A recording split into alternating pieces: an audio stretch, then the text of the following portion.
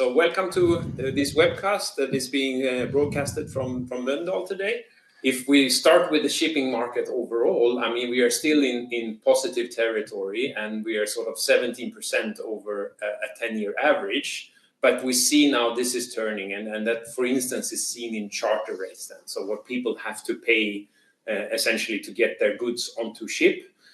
There was a very strong growth during 2024, right? So the seaborne trade measured in ton miles, right, was growing by nearly 6%. And that's the fastest expansion in 14 years. And the growth in volume was 2.1%.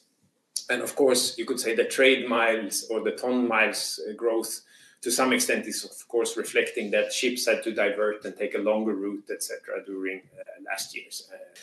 If we look at the deliveries of new vessels, which is important, that has been a healthy growth. And the projection is still that this will continue to grow in 2025, because essentially the ships that were ordered a number of years ago, those are the ships that will be delivered this year. Of course, it has been uncertain times in terms of placing, making investment decisions and placing orders for new ships.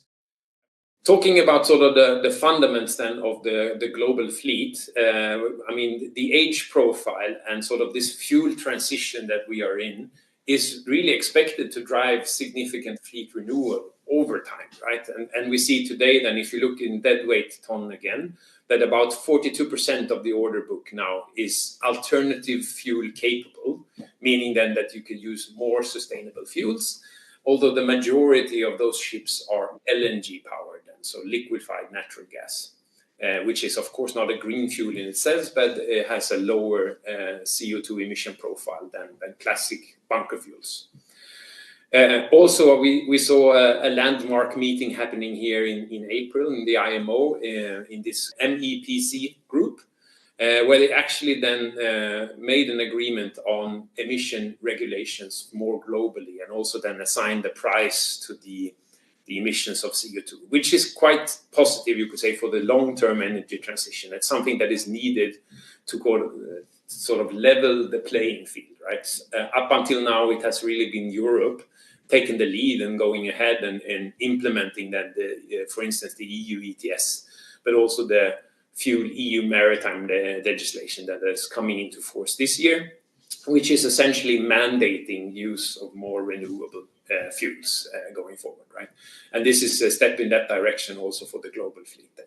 However, if we look at I-Tech then, we come back to the small world, we see that the foundation of our value proposition remains strong, right? If we bet them long term, especially with the last comment there on the progress in the IMO regarding sustainable fuels, more and more regulations regarding the transfer of invasive species and thereby regulation for biofouling management.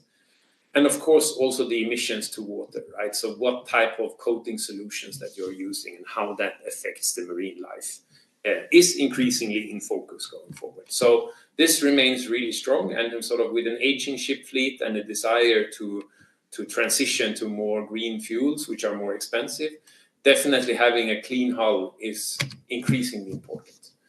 And that has also been pointed out, I think, in this roadmap that we talked about previously as well from the IMO. So where better biofouling management has the potential actually to help improve the efficiency and lower CO2 emissions by up to 25% from the global shipping fleet today.